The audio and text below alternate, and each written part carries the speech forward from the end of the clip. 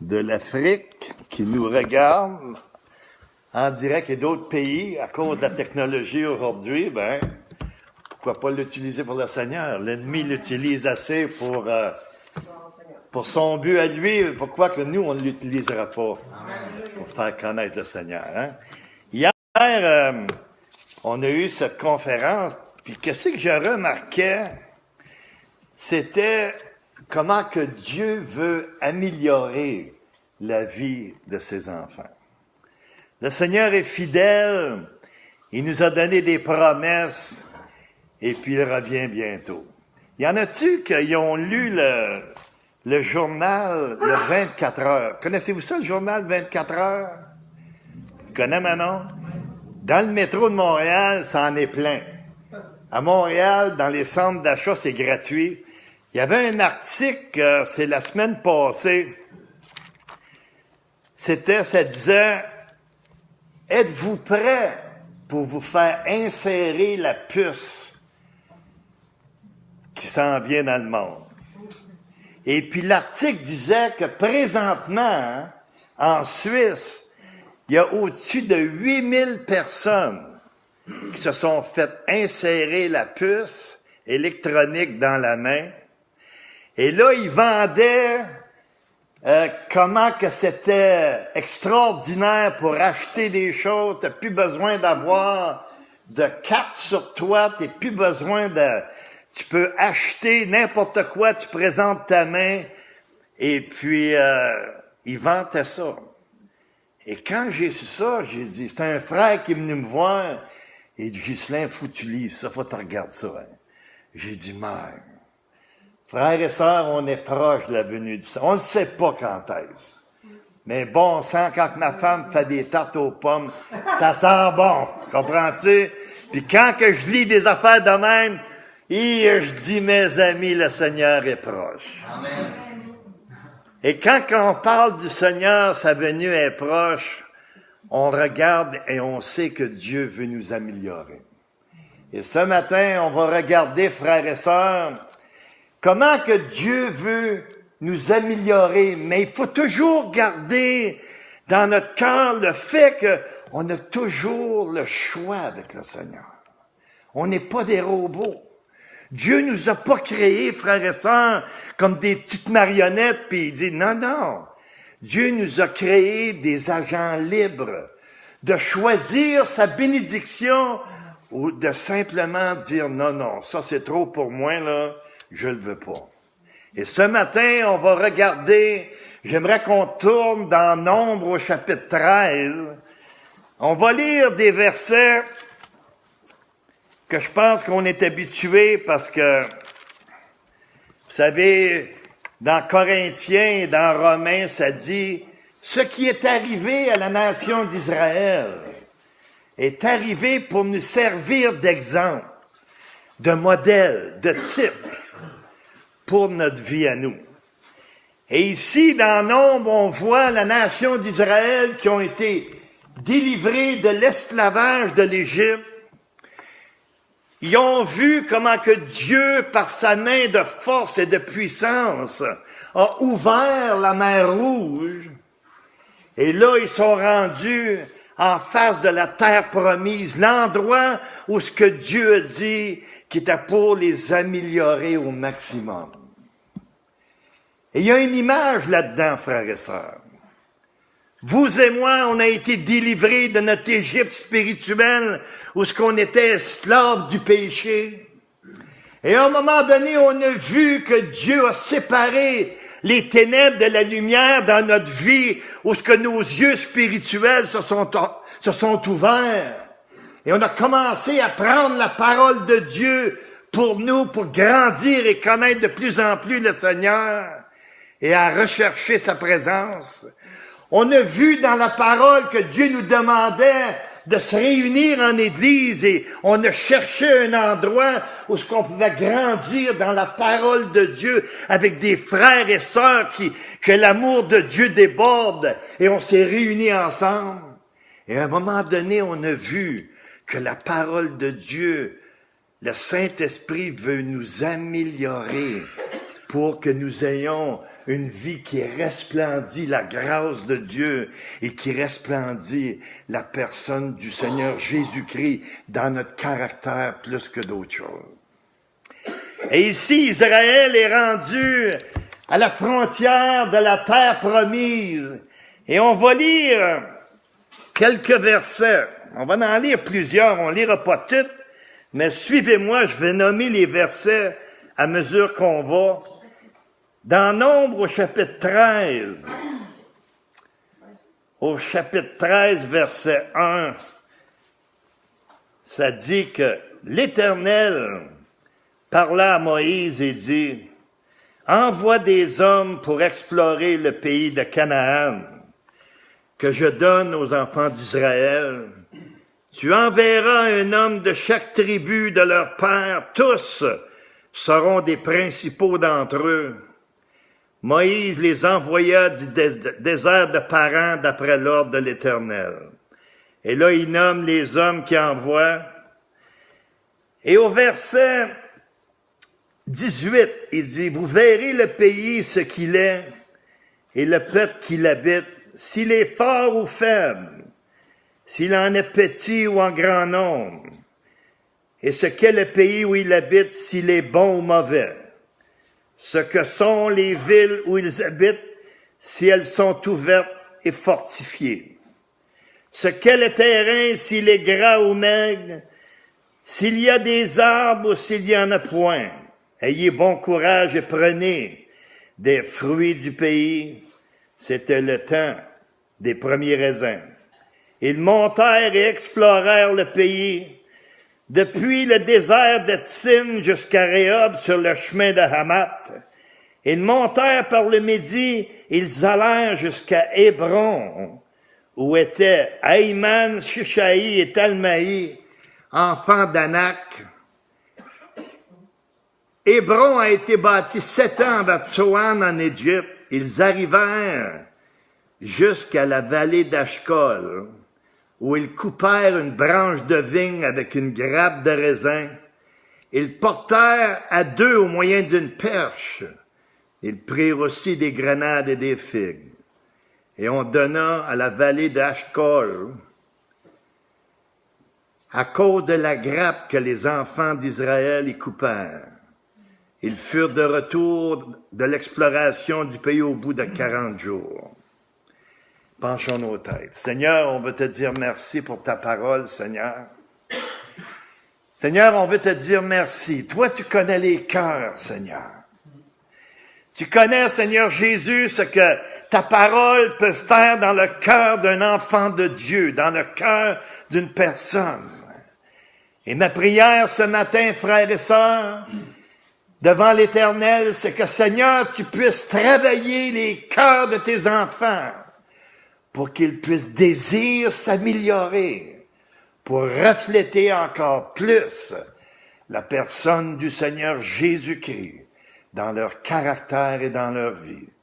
Dans le nom de Jésus. Amen. Dans la Bible, dans la parole du Seigneur, il y a 4 repos qui sont mentionnés. Le premier repos, c'est un repos qu'on n'a pas besoin de travailler. Ce repos, nous l'avons à la croix du Calvaire dans le Seigneur Jésus-Christ, où ce que Jésus a gagné pour nous la vie éternelle, où ce qu'il a payé notre dette, et on n'a pas besoin de travailler pour ça. Dieu nous demande simplement de l'accepter. C'est un cadeau de Dieu. Amen. Mais il y a 3 autres repos mentionnés dans la parole de Dieu, où ce que notre volonté est toujours sur le bord et que nous devons faire un effort pour arriver à ce repos, parce que ces repos-là, c'est de l'amélioration que Dieu veut faire dans nos vies. Il veut améliorer notre caractère, il veut améliorer notre vie, il veut améliorer nos enfants dans le monde de ténèbres dans lequel on est obligé de les laisser aller durant la semaine parce qu'on vit dans un monde de ténèbres. Et le deuxième repos, on le trouve dans le psaume 91. Regardez dans le psaume 91, gardez votre main dans l'ombre, là. Dans le psaume 91,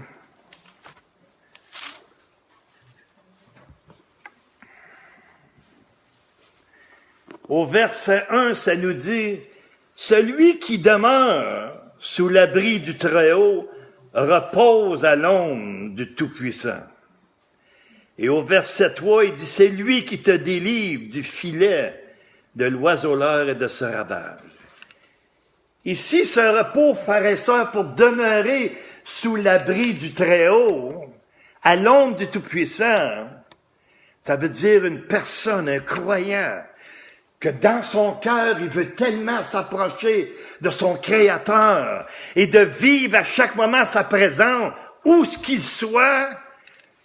N'importe qui va voir son intention, c'est de révéler ce qu'il a de plus important dans son cœur, c'est la personne de son Sauveur. Et quand dans ton cœur est rempli de la personne du Seigneur Jésus-Christ, quand ton cœur bouillonne de son bien-aimé, celui que ton cœur aime, enfant de Dieu, qu'est-ce qui va se passer? C'est que l'ombre de l'Éternel va marcher avec toi. Et quand quelqu'un marche, quand mon épouse ou ma fille marche avec moi, le soleil brille puis je vois son ombre, c'est parce qu'elle n'est pas loin. Je peux même prendre sa main et puis marcher avec elle. Et si durant la semaine que nous allons avancer, mais nous sortions de ce lieu, frères et sœurs, nous devons savoir que dans l'atelier de l'ennemi, il est en train de construire des situations que durant la semaine, il va le rendre difficile pour nous autres. Mais celui ou celle qui demeure sous l'abri du Très-Haut et repose à l'ombre du Tout-Puissant, sait que l'épée de l'Éternel va le frapper pour nous libérer du filet de l'oiseleur et ses ravages. Un troisième repos qui est mentionné, on voit ça dans Matthieu au chapitre 11. Tournez dans Matthieu au chapitre 11.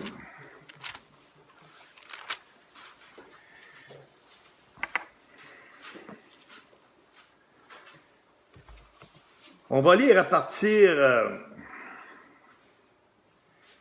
28.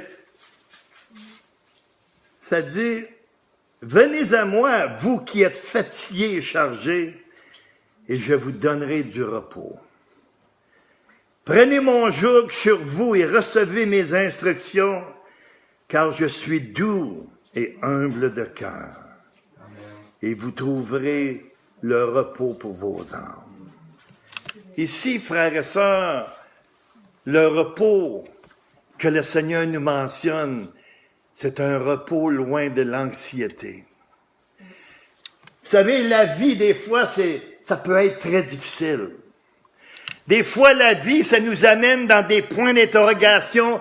Comment que je vais faire ci? Comment que je vais faire ça? Et même si on sait qu'on peut faire confiance au Seigneur et que le Seigneur va pourvoir pour toute situation, à un moment donné, on prend son joug, sa parole, et on dit, Seigneur, ta parole nous dit que tu vas pourvoir à ce besoin.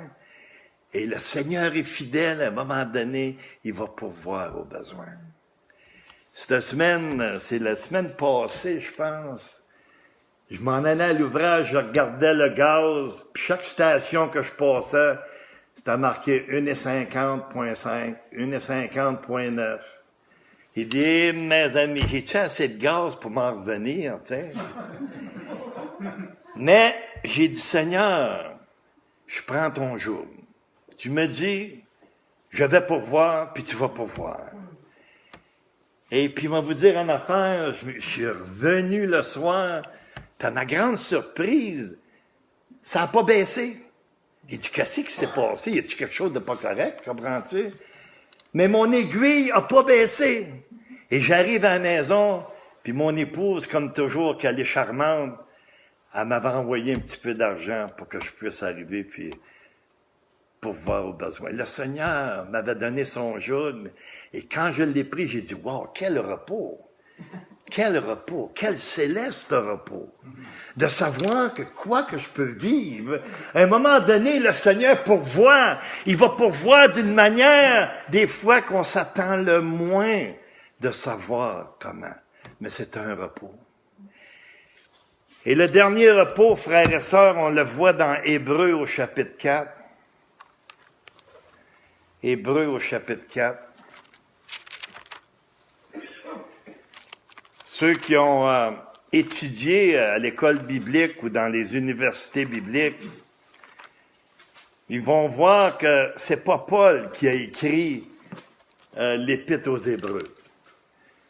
La majorité des commentateurs, parce que Paul, dans tous ses écrits, écrit un grec québécois, qu'on peut dire. Et celui qui a écrit l'Épître aux Hébreux, il a écrit un grec français de France, pour vous mettre... Et les commentateurs, la plupart, croient que c'est celui qui était avec Paul Apollos. Oui, c'est ça. Que c'est lui qui a écrit l'Épître aux Hébreux. Et dans le chapitre 4 de l'Épître aux Hébreux, au verset 8, il nous parle, il dit, car si Josué avait donné le repos, Dieu ne parlerait pas d'un autre jour. Il y a donc un repos de sabbat pour le peuple de Dieu, car celui qui entre dans le repos de Dieu se repose de ses œuvres comme Dieu s'est reposé des siens. Empressons-nous donc d'entrer dans ce repos afin que personne ne tombe en donnant le même exemple de désobéissance, car la parole de Dieu est vivante, efficace, plus tranchante qu'une épée, quelconque à deux tranchants, pénétrant jusqu'à partager âme et esprit, jointure et moelle, elle juge les sentiments et les pensées du cœur. Et ce repos-là, frères et sœurs, il faut que tu rentres dans le combat. Et c'est l'endroit où ce qu'on a commencé à lire dans Nombre, où ce que Israël fait face à la terre promise. Et lorsqu'ils font face à la terre promise, ça dit pendant 40 jours, Moïse a envoyé 12 espions. Et les 12 espions, ils reviennent de la terre promise. Il y en a 2 qui sont remplis d'exemples, remplis de force, remplis de savoir que ce que Dieu veut améliorer dans leur vie, c'est une terre qu'ils pensaient jamais avoir. Mais les 10 autres espions, eux, ont vu autre chose. Ils ont vu la grappe de raisin, ils ont vu les géants, ils ont vu des sauterelles, puis ils ont vu des villes barricadées tellement hautes qu'ils étaient pour eux impénétrables. Frères et sœurs, aujourd'hui, c'est la même chose.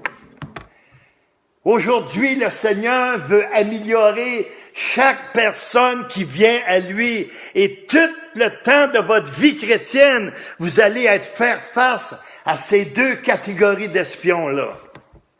Dieu dit, je veux t'améliorer. Et à un moment donné, tu vas avoir la décision de dire, est-ce que je fais confiance à Dieu? La grappe de raisin était tellement grosse que 2 personnes ont été capables de la transporter. Ça, c'est une grappe de raisin juteux, ça, frère et sœur. Quand 2 personnes transportent une grappe de raisin, l'autre jour, hier, j'étais chez moi, Mireille a amené des raisins, j'ai poigné une petite grappe, elle est à peu près longue de main, elle dit, mère, elle est pas grosse, mais juteuse. Puis là, je pensais, elle dit, les espions qui ont vu la grappe de raisin tellement grosse qu'elle doit être juteuse, puis pas à peu près. Et la grappe de raisin, frères et sœurs, c'est la parole de Dieu. Dieu veut améliorer ta vie et il te donne une grappe de raisin tellement juteuse. Mais il faut que tu la prennes pour toi. Et je vais juste vous en donner une petite partie, une petite grappe de raisin. Tournez dans Jean, l'évangile de Jean, où ce que le Seigneur est dans le lieu très saint, qu'il amène la prière devant le Père pour nous, frères et sœurs, et qu'il nous dit que la gloire qu'il a reçue, il nous la donne. Et tout d'un coup, il décrit dans le chapitre 17 une grappe de raisin extraordinaire pour nous. Elle est au verset 12, si ma mémoire est bonne. Au verset 15. Concernant nous, il dit, « Voici la grappe de raisin que nous avons devant nous à mesure que nous avançons avec Dieu pour qu'il puisse améliorer notre vie familiale, notre vie chrétienne, notre relation avec lui et notre relation entre frères et sœurs. Je ne te prie pas de les ôter du monde, mais de les préserver du malin. » Et ce mot-là, frères et sœurs, préserver, c'est un mot grec que le Seigneur a utilisé qui voulait dire au temps des Grecs que j'ai mis une armée alentour d'eux, impénétrable. Lorsque le roi grec s'en allait avec son armée, s'il y avait du danger, toute son armée l'entourait complètement pour le protéger. Et c'est le même mot que le Seigneur a utilisé pour décrire cette grappe extraordinaire dans notre vie qu'à mesure qu'on avance dans le combat, à mesure qu'on témoigne le nom du Seigneur, qui mesure 7 pieds, large de même, il n'y a aucune crainte à avoir parce que le Seigneur a mis une armée céleste alentour de nous pour qu'on puisse continuer d'avancer. C'est une grappe de raisin extraordinaire, ça. Et c'est bien plein. Il y en a partout dans la parole de Dieu, des grappes de raisins célestes. Ensuite, ils ont vu les géants. Et là, ils ont vu les fils d'Anak. OK? Ils ont des noms que c'est sûr qu'on ne donnera pas à nos enfants. Merci Seigneur pour ça. Mais les 3 fils d'Anak, si vous les faites une étude sur eux, vous allez découvrir qu'ils représentent la chair, le monde et le diable. Et nous avons à combattre ces 3 géants, frères et sœurs, à chaque jour de notre vie. Et moi, que si je dis à chaque enfant de Dieu, aie pas peur de rentrer dans le combat, frères et sœurs, de te lever, si tu es habitué de te lever à 7 heures le matin, lève-toi à 6 heures et tiens-toi à genoux devant le Seigneur et combat les fils d'Anak pour toi-même, pour ta famille et pour cette Église, frères et sœurs. Et à un moment donné, les fils d'Anak vont tomber devant toi. Mais il faut que tu gardes l'épée profond dans leur cœur, frères et sœurs, parce qu'ils vont toujours essayer de se relever. Tant que Jésus ne sera pas revenu, on va avoir à faire face à ces 3 géants-là. Mais au moins, on peut mettre la tête dessus puis dire, toi, t'es mort à cause de la croix de Christ. Quand tu mets la croix du Seigneur Jésus-Christ dans le cœur de ce géant-là, inquiétez-vous pas, il n'est pas prêt de se relever même, il va essayer pareil. Et ensuite, ils ont vu les sauterelles. Les sauterelles, ils se sont vus avec des yeux d'incrédulité. Ah, je suis pas capable, moi. Comprends-tu? Hey, moi, là, j'ai tellement été bafoué quand j'étais jeune, là. Ah, je suis pas capable. Dieu peut pas m'améliorer, moi. Dieu veut t'améliorer. Il faut qu'on arrête de se regarder comme des sauterelles. Et les géants devant nous, ce sont les géants qui sont des sauterelles face à un Dieu extraordinaire et puissant. Et lui va les faire tomber. Quand les géants deviennent des sauterelles dans ta vie, frères et sœurs, ta vie va s'améliorer. Je dis pas que tu vas devenir riche. Peut-être que tu vas devenir riche. La bénédiction de l'Éternel est grande, est extraordinaire. Il peut donner à qui veut ce qu'il veut. Mais je peux te garantir que ton caractère va changer. Les gens vont te regarder. Tu vas avoir un sourire aux lèvres que les autres n'ont pas. Et il y en a des fois, ils vont s'approcher puis ils vont dire, toi, tu as quelque chose que je n'ai pas. C'est quoi que tu as? Viens ici, moi te parler de Jésus. Ensuite, ils ont vu les fortifications. Et les fortifications, frères et sœurs, quand que je pense à ça, des fois, on dit, je suis pas capable de rentrer dans une situation, d'avoir un emploi, un exemple. Parce que je prends un exemple sur moi-même. Avec la vie que j'avais avant, qui aurait dit que je serais dans la sécurité, dans un des plus gros palais de justice en Amérique du Nord? Moi, si vous m'auriez dit ça, j'aurais dit, hey, pack a lunch and hit the trail, OK? Comprends-tu? J'aurais jamais cru ça. Mais, frères et sœurs, quand que des choses dans notre vie semblent barricadées, qu'on n'est pas capable de faire, il y a un jeune homme qui est au palais de justice, il travaille juste 2 jours par semaine. C'est un petit chrétien. Eaton, OK? Moi, je l'appelle Joseph, tu sais. Parce qu'il a vécu des épreuves dans sa vie, ce gars-là, c'est incroyable, tu sais. Et puis Eaton, lui, il est sur le point de devenir un technicien au CHUM de Montréal, comprends-tu? Pour découvrir la solution de certains virus que le monde a de la misère à trouver des médicaments pour. Et lui, ce petit gars-là, ils ont dit, tu reviens, tu seras jamais capable de rien faire. T'es un noir, tu pourras jamais rien faire.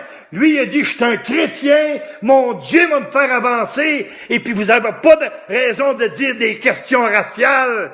Et le petit gars, le Seigneur l'a propulsé, il est rendu avec une maîtrise, il est rendu qu'il est à la veille d'être engagé par le CHUM à plein temps, ça va devenir quelqu'un que peut-être, un de nous autres, un jour, on va avoir un virus. Et la solution, ça va être le petit bonhomme qu'il y a là, que lui, le Seigneur l'a utilisé, parce que lui, les murs qu'il avait devant lui, il les a tassés. Et puis il a été de l'avant, parce qu'il savait que Dieu voulait améliorer sa vie. Sa terre promise, c'était ça.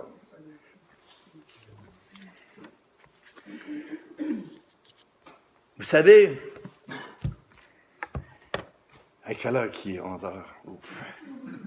C'est parce que le message que j'ai, ça m'aurait pris deux dimanches pour le dire, puis là, j'essaie de condenser le plus possible. T'sais. Vous savez, le Seigneur, quand il a donné Josué et Caleb, comme ceux qui ont mis les lunettes de la foi, eux ont vu la bénédiction que le Seigneur leur avait déjà donnée. Ça dit que Caleb a pleinement suivi l'Éternel. Et ce mot-là, pleinement suivi, frères et sœurs, c'est que entre lui, dans son cœur, entre lui et l'Éternel, il n'y avait rien entre les deux. Et souvent, frères et sœurs, c'est ça qui empêche les gens de demander au Seigneur d'améliorer leur vie pour qu'ils ressemblent plus au Seigneur. Ils laissent des choses rentrer à l'intérieur. Et je voudrais vous parler d'une expérience que nous avons tous besoin à mesure qu'on avance avec le Seigneur. C'est une expérience qu'on appelle une expérience de séparation. Et là, je vais vous mettre en garde tout de suite. Je ne parle pas de vous séparer de votre compte de banque, de vous séparer de votre maison ancestrale, de vous séparer de vos voitures, de vous séparer de quoi? De toutes les bénédictions que Dieu vous a données. Ce n'est pas ça que je parle.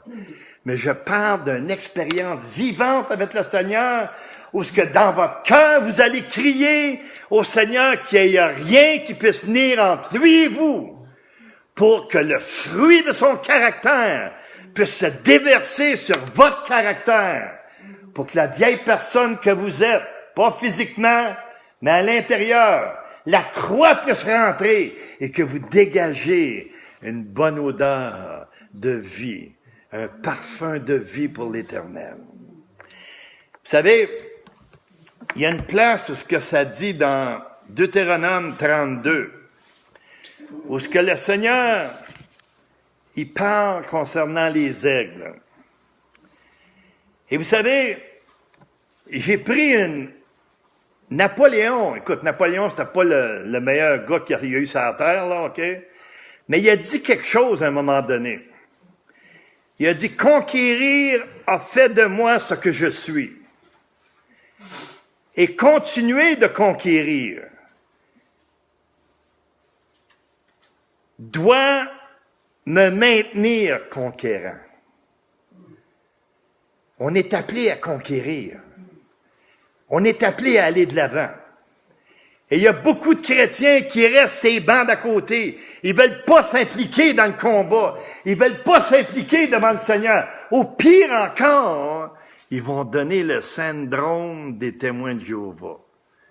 Savez-vous, c'est quoi le syndrome des témoins de Jéhovah? Moi, je l'ai appris d'un couple de témoins de Jéhovah qui sont venus au Seigneur. Et puis, ils m'ont dit, il disait, M. Villeneuve, il y a des chrétiens qui donnent le syndrome des témoins de Jéhovah. Wow, c'est quoi tu dis là? T'sais? Il dit, explique-moi c'est quoi. Ben, il dit, il y a des gens, il dit, dans l'église que eux allaient. Il dit, si on dit pas comme eux autres, on va pas aux mêmes places qu'eux autres, ils nous parlent plus. Ah, il dit, c'est drôle ça, pourtant. La solution, c'est d'aimer. On est demandé de s'aimer les uns les autres. Quand un croit quelque chose qui ne fait pas l'affaire de l'autre, on est demandé de s'aimer les uns les autres et de prier pour que la vérité puisse sortir, pour que nous puissions marcher en unité ensemble vers le Seigneur. Et le Seigneur, il parle dans Deutéronome 32, regardez dans Deutéronome 32, concernant les aigles. Concernant les aigles. Moi,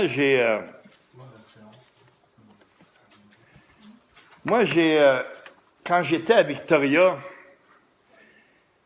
il y a un endroit à Victoria, une île qui s'appelle Discovery Island, OK?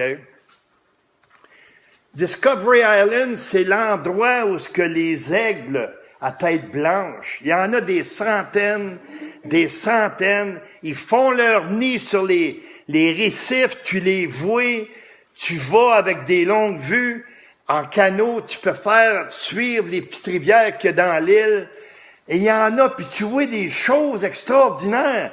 Et le Seigneur, il mentionne l'aigle dans sa parole.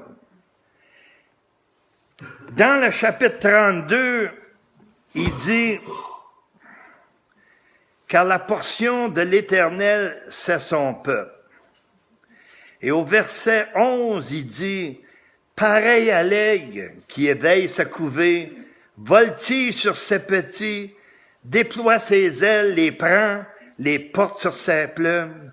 L'Éternel conduit seul, a conduit son peuple. » Ici, le Seigneur fait une image parce que le mot « pareil » dans l'hébreu, c'est « népher ». Et « népher », ça veut dire « regarde la vie d'un aigle » et c'est de même que le Seigneur va produire en toi son expérience de séparation qu'on a tous besoin. Et si tu regardes, j'étais à Discovery Island et on regarde et à un moment donné, tu vois une maman nid, là, une maman aigle, elle fait son nid, puis quand elle le fait, elle a de l'air à prendre tellement d'habilité et Dieu a complètement... Il me semble qu'il y avait chaud d'eau, avait mis là, moi. OK. Et puis, elle prend soin de faire son nid parce que les petits aiglons, à un moment donné, ça va être leur monde, ça. Et puis, à un moment donné, ben, si tu continues à marcher, merci Marc, OK? Excusez-moi, là.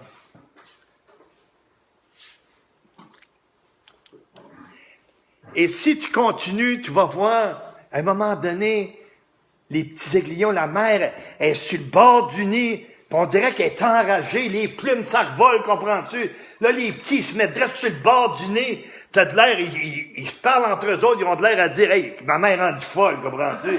Qu'est-ce qu'elle fait? Qu'est-ce qu'elle fait? » Elle est en train de détruire notre monde, comprends-tu? Ça n'a pas de temps. Qu'est-ce qu'on va faire? Et tout d'un coup, à coup de bec, elle en envoie un en bas. Là, lui, il s'en va, tu vois, il tourne, puis il essaye tout ça. Tout d'un coup, elle part, hey. Puis juste avant qu'il arrive sur le bord des rochers, boum, elle pointe dans ses ailes, elle monte encore plus haut, elle lâche encore, lui, il fait la même chose, jusqu'à temps qu'à un moment donné, tu vois le petit aiguillon, il part à voler. Hey. Oh, là, il vient de découvrir un monde qu'il pensait jamais existait. Et il fait ça avec chacun de ses aiguillons. Et le Seigneur, il dit, pareil à l'aigle, l'Éternel conduit son peuple. Et à un moment donné, on est, nous autres, comme dans un nid. Je me souviens, à un moment donné, j'avais un emploi. J'ai dit, moi, cet emploi-là, faut que je garde ça toute ma vie. Je suis ben trop bien, comprends-tu? Première chose arrivée, la minière a fait banqueroute. Tout le monde dehors, puis personne ne travaille. Wow! Seigneur, qu'est-ce qui se passe, comprends-tu? Ben là, je commençais à voler de mes ailes. Elle dit, attends une minute, m'aller voir dans la Bible. Hey, Seigneur, t'as dit que tu pourvoirais mes besoins. Puis, hey, je te dis que tes charges, là, les grappes de raisin, comprends-tu? Et puis, à un moment donné, ben, wow, quand il commençait, il me semble que Seigneur, entre moi et toi, là, il commençait à avoir quelque chose, il fallait que ça s'en aille. Et tout d'un coup, tu commences à réaliser l'importance de ta communion avec l'Éternel. Et le petit aiguillon, lui, il s'en va, puis à un moment donné, tu vois, comprends-tu, toute la famille, la maman ex, ça se promène. Et les jeunes, ça prend leur envol. Imaginez comment ça va être grand, l'autre bout. Et nous, l'Éternel veut faire ça avec nous autres. Il veut qu'on prenne notre envol avec les ailes spirituelles qu'on a. Et on peut voir la grandeur de sa personne, la majesté de sa personne. Voir comme Isaïe dans le temple de l'Éternel.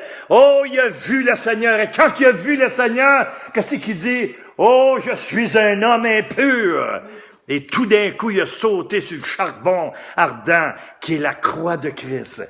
Et à mesure qu'on prend notre envol spirituel, frères et sœurs, à mesure qu'on rentre dans notre terre promise, la personne du Seigneur Jésus-Christ va devenir de plus en plus magnifique. Oh, je veux avoir rien entre toi et moi, Seigneur. Et s'il faut que je me lève à 3 heures du matin pour être capable de passer du temps avec toi, pour rentrer dans le combat et arriver puis prier pour mes frères et sœurs, prier pour ma famille, ben gloire à Dieu, je vais me lever avec un sourire aux lèvres et je vais le faire parce que le Seigneur veut améliorer ma vie. Tournez dans Josué au chapitre 13. Josué, chapitre 13. Là, on est rendu 40 ans plus tard. 40 ans plus tard, et au chapitre 13, au verset 1,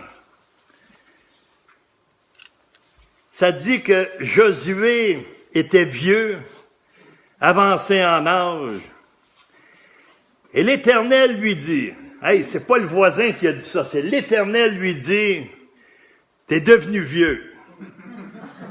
Wow! Si ma femme me le dit, c'est correct, mais quand que le Seigneur lui-même me dit, Ghislain, t'es rendu vieux. Wow! Là, je suis rendu vieux, puis c'est vrai. Tu es avancé en âge, et le pays qui te reste à soumettre est très grand. Ici, frères et sœurs, j'aimerais porter votre attention sur le mot « et ». En hébreu, le mot « et », ce que le Seigneur a utilisé, « et le pays te reste à soumettre est très grand ». C'est une conjonction en hébreu.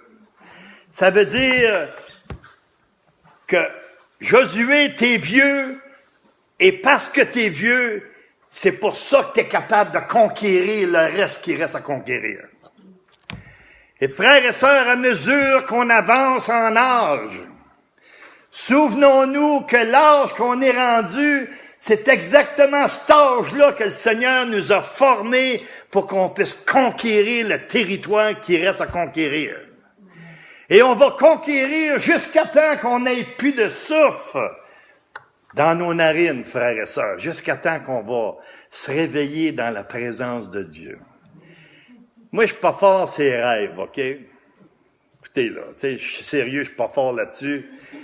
Mais l'autre jour, j'ai vécu un rêve que je suis encore en train de méditer dessus. Je sais pas comment expliquer ça, mais j'étais au portail au ciel.